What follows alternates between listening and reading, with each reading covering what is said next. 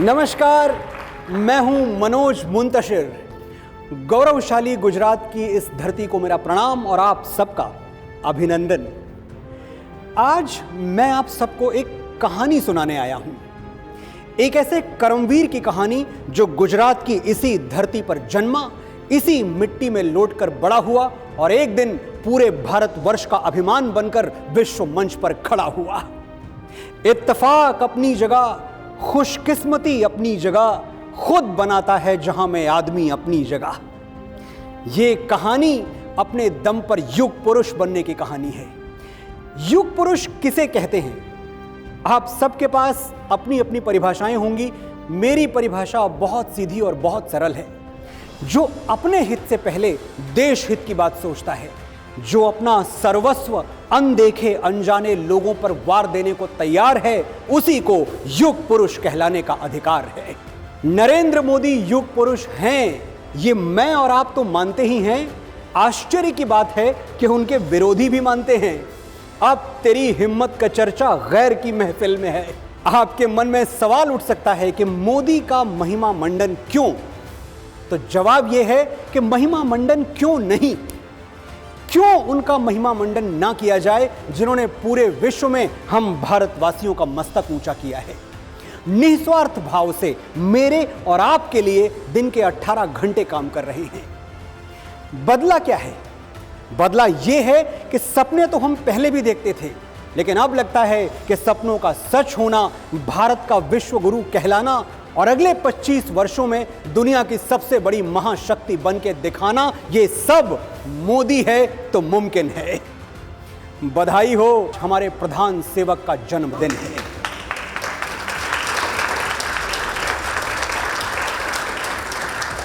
नरेंद्र मोदी राष्ट्र नायक हैं, लेकिन किसी भी नायक की कथा तब तक अधूरी है जब तक हम उस कहानी के बड़े किरदारों से नहीं मिलते। आज मैं आपको मिलाऊंगा उन लोगों से जिन्होंने सड़क से संसद तक मोदी जी की यात्रा देखी है, उन्हें एक कार्यकर्ता से प्रधानमंत्री बनते हुए देखा है। वो लोग जो राजनेता मोदी से बहुत पहले बालक नरेंद्र को जानते थे, जिन्होंने मोदी का बचपन देखा, लड़कपन देखा, उनको संघर्षों से जूझते और जीतते देखा। आज टीवी 9 भारतवर्ष पर मैं मनोज मुंतशिर आपके लिए लेकर आया हूं नरेंद्र मोदी पर बना हुआ टेलीविजन इतिहास का सबसे बड़ा शो, नमो नामा।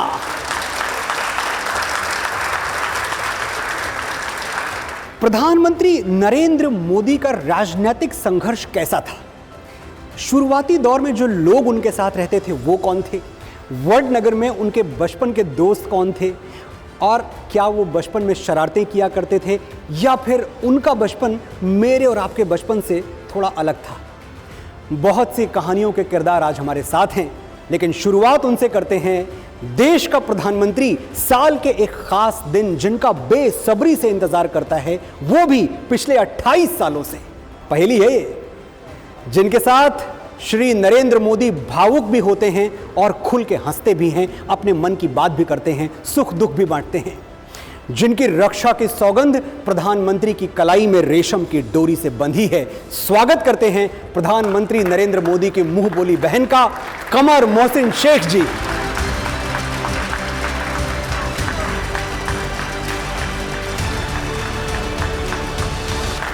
नमस्ते कमर जी। नमस्ते। नमस्ते भैया, कैसे हैं आप? मैं बहुत अच्छा हूँ। और सबसे पहले ये बात हम आगे बढ़ाएं, इससे पहले मैं एक हक चाहता हूँ आपसे कि मुझे आप दीदी कहने की इजाज़त दे दें। पूरी इजाज़त है। दीदी हैं आप मेरी? दीदी कहें, कुछ भी कहें, अम्मा कहें, कुछ भी कहें, सब मंजूर है। ज़रूर कहिए। मैं दीदी ही कहूँगा। जी। बहुत बहुत अच्छा लग रहा है आपको देख के। मुझे भी। अगर मैं एक छोटी सी बात अपने बारे में कहूँ जी दीदी, तो आपको पता होगा कि मैं कराची से थी। तो शादी 20-21 साल की जब मैं हुई और शादी में मैं यहाँ जब आप कराची से थी, आपकी पैदाइश कराची की है? पैदाइश कराची से। उससे एक छोटी सी बात मुझे याद आती है जी, कि जैसे एक माँ होती है पैदा करने वाली और एक माँ होती है पालने वाली। मुझे ऐसा महसूस होता है कि पैदा करने वाली माँ जो है वो पाकिस्तान था और मुझे परवान चढ़ाने वाली जो माँ है वो हिंदुस्तान है। क्या बात है, तालियां हर वक्त। तालियां।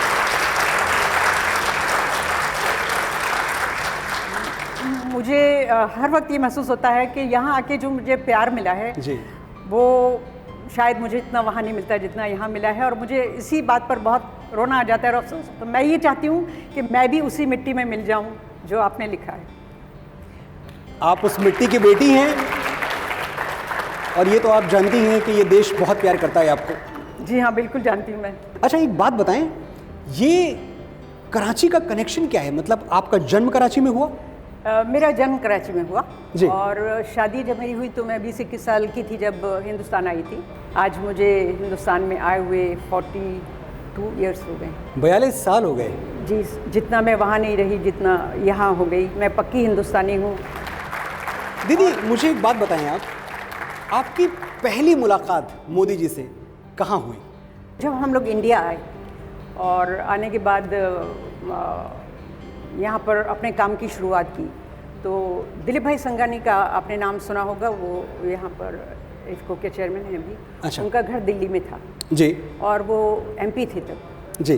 तो उनसे मेरे हस्बैंड की बहुत अच्छी दोस्ती थी। जी। तो जब भी हम लोग दिल्ली जाते थे, दिल्ली इस वजह से जाते थे कि मेरे हस्बैंड पेंटर हैं और हम अपने पेंटिंग का एग्जीबिशन दिल्ली में करते थे। अच्छा, आपके हस्बैंड पेंटिंग करते हैं? जी हाँ, मेरे क्या हस्बैंड बात है? प्राइम मिनिस्टर हाउस से लेके सभी जगह पर उनके पेंटिंग्स हैं, इंटरनेशनल लेवल पर भी उनके पेंटिंग्स हैं। तो एक बार हम लोग दिलीप भाई के घर गए और वहाँ सुबह से शाम तक हम रहे, लेकिन रात को मोदी जी आए। दिलीप भाई के घर में आए? जी हाँ, वो वहाँ वहीं ठहरते थे वो। हम अच्छा। तो उस दिन गए थे तो दिलीप भाई ने कहा कि आप यहाँ रुक सकते हैं, मेरे यहाँ जगह है। ये कौन से साल की बात होगी? वो एमपी थे उस साल, तकरीबन 30 साल तो होंगे, 25 से 30 साल। बहुत पुरानी 30 बात। साल, हाँ जी। वाह, इतने जी। और उस वक्त नरेंद्र भाई कार्यकर्ता थे। जी। लेकिन आपको मैं ये बताना चाहती हूँ कि मैं उस दौरान इतने सारे लोगों को मिली थी। जी। लेकिन जब दिलीप भाई ने मिलवाया मोदी जी से, जी। उस वक्त उन्होंने उनके सामने देखना, उनकी आंखों में देखना भी यानी बहुत बड़ी बात है। ऐसा लगता है कि कुछ खास शख्सियत के मालिक हैं। ये तब की बात कर रही हैं आप? जी, मैं तब की बात कर रही हूँ। ना उनका बहुत नाम था, ना शोहरत थी, जी ना हाँ, लोग जानते थे। जब वो आरएसएस के कार्यकर्ता थे उस वक्त। तो जैसे ही उन्होंने बताया कि ये मोदी जी हैं और ऐसे उनके बारे में जो तो बताया। कैसे मिलाया? क्या बोल के बुलाया, मिलाया? ये नरेंद्र मोदी जी हैं, ये मोदी जी हैं? उस वक्त तो इतना ज़्यादा मतलब कोई उनका ओहदा ऐसा नहीं था। शायद वो महामंत्री होंगे शायद, मेरे ख्याल से शायद उस वक्त। अच्छा। तब की बात है, मुझे ये याद पड़ता है। तो उस वक्त उन्होंने जब मिलाया तो उन्होंने ऐसे सामने देख के बोला, दिलीप भाई ने बोला कि मोहसिन शेख हैं और ये इनकी वाइफ है कमल। जी। तो उन्होंने उससे देखकर कहा, कैसी है बहन? पहली बार उन्होंने जब कहा, मेरा कोई भाई बहन नहीं है, मेरे फादर नहीं थे, मेरी सिर्फ मम्मी और मैं थे। तो जैसे ही उन्होंने बोला कैसी है बहन, तो मुझे एकदम अंदर से कुछ झुरझुरी हुई। हाँ, इन्होंने मुझे बहन कहा, यानी कितने अच्छे हैं ये कि इन्होंने मुझे बहन कह के तो जो मुखातिब किया। पहला संबोधन था उनका, वो बहन का था? वो बहन का था। और उसके कुछ इत्तेफाक की बात है कि 2-4 दिन के बाद ही रक्षाबंधन का त्यौहार था। जी। उस वक्त मुझे पता था कि शायद ये जो राखी है ये भाइयों को बांधते हैं। पहले मुझे ये पता नहीं था कि ये भाइयों को बांधते हैं, मैं समझती थी कि लड़कों को खाली बांधते हैं। अच्छा। तो पहली राखी शायद मैं अपने हस्बैंड के पास भी लेकर गई थी कि मैं आपको राखी उस वक्त ये मालूम नहीं था कि मेरे हस्बैंड है। जी। तो इन्होंने मुझे डांटा और बोले कि जाओ मेरे भाई को जाके बांधो, मुझे नहीं बंधवानी। ओके। तो मुझे बहुत खुशी हुई। मैंने कहा इन्होंने मुझे बहन कहा है, तब मुझे पता लगा था कि भाई को बांधते हैं। फिर मैंने वहाँ से राखी खरीदी और उनको पहली राखी वहाँ पर तब बांधी थी जाकर। पहली जब मैंने उनको राखी बांधी थी तब मैंने उनको जो कहा था वो मैं बताना आपको चाह रही हूँ कि राखी बांधते वक्त मैंने उनको कहा कि इतने सारे लोगों को मिली थी लेकिन ये बात मेरे दिल से किसी के लिए नहीं निकली थी जी। यानी वहाँ पर दिलीप भाई भी हैं और भी बहुत सारे लोगों को मैं मिली थी जी। राखी बांधते वक्त मैंने उनको ये बोला कि भैया मैं आपके लिए दुआ करती हूँ कि आप गुजरात के सीएम बने। वाह क्या बात। तो वो बहुत जोर से हंसे और बोले क्या मुझे बद्दुआ दे रही है, बोले मेरा जो ये काम है ये ठीक है। मुझे एक बात बताएं आप जी। आपने उनको ये दुआ दी कि आप गुजरात के सीएम बन जाएं और वो बन भी गए, तो मैं ये जानना चाहता हूँ और मेरे जो दर्शक पूरी हैं, कहानी मैं सुना दूं कि क्या हुआ? थोड़ी सी बहुत जरूरी है, कुछ तो इसमें बात है, जी, जी। इसमें तहदारी बहुत है। तो मेरे दर्शक ये जानना चाहते हैं कि क्या 2013 में आपने उनको प्रधानमंत्री बनने की भी दुआ दे दी? बिल्कुल। देखिए और दी थी। इसके वो गवाह है। पहली राखी पे ये दुआ दी थी जी। और उसके बाद जब वो बन गए तब मैं उनके पास गई सामने खड़े होकर। उन्होंने मुझे दूर से देख लिया था कि वो सब लाइन होती है जो राखी बांधने आते हैं, फिर उन्होंने देख लिया तो उन्होंने मुझे बुलवाया वहाँ पर। उन्होंने मुझे कहा कि मैं हंसी और मैंने बोला देखा आप सीएम बन गए, तो बहुत खुश हुए, हंसे वो।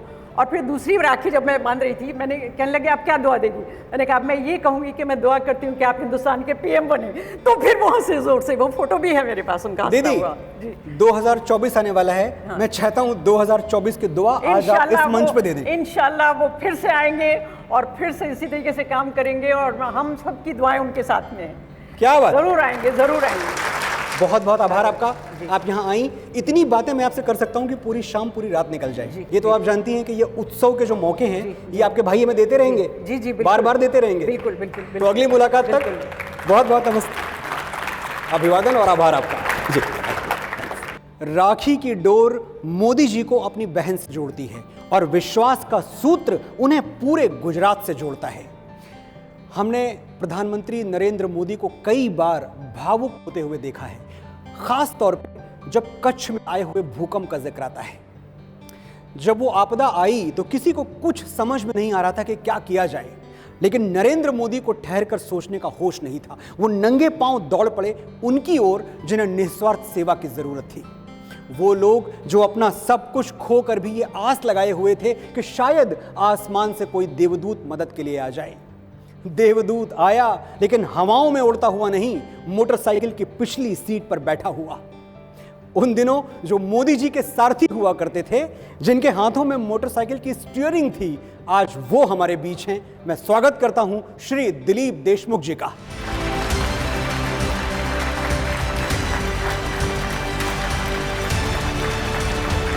आइए सर।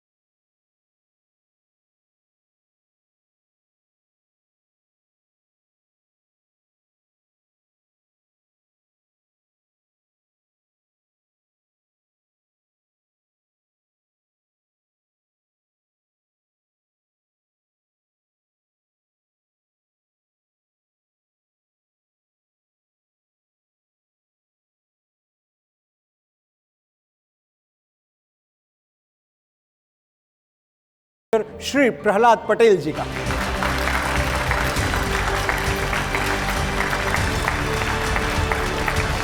सर,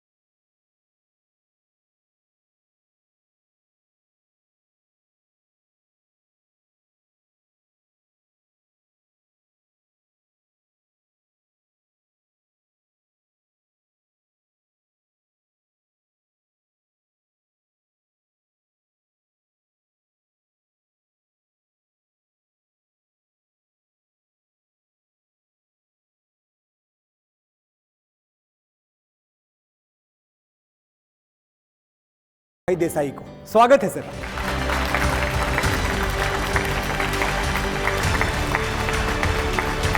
हाँ सर, नमस्कार सर। नमस्कार सर। डॉक्टर नागजी भाई, बहुत बहुत स्वागत आपका।